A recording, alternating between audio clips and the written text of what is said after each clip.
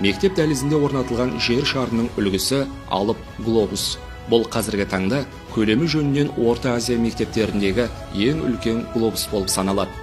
Диаметрі 6,5 метр, биіктігі 3,5 метр болатын глобусты технология пәнінің мұғалімдері мен 11-ші сыныптың оқушылары жасап шыққан. Глобусты жасау үшін гипсокартон материалы қолданылған. Саусағынан бал тамған шеберлер бұл ерекше дүниені жасауға 6 ай уақыттарын жұмсапты. Алып глобустың салмағы шамамен 1 тоннаға жуықтайды.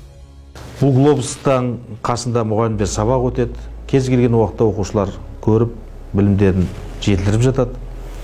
Және бастауыштан бастап, бірінші сыныптан бастап, экскурсиялық сабақтар ұйымдастырылып, осы глобустың жанында сабақтар өтіледі. Үлкен алып глобустың жанында көру, ол мемлекеттердің аттарын оқу, қай жерде орналасқан мұхиттарды, менің ойымша бұл оқушы жадында тез сақталады деп ойлаймын. Мектеп дәлізіне ілінген алып картада қонақтарды таңғалдырмай қоймайды. Дүниежүзінің географиялық картасы өзінің көлемінің үлкендігімен ерекшеленеді. Бұл өңірдегі ең алып карта болып есептеледі.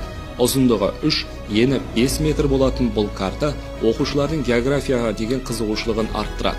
Мұнда әлемдегі барлық елдердің жер аумақтары мен олардың мемлекеттік тулары бейнеленген.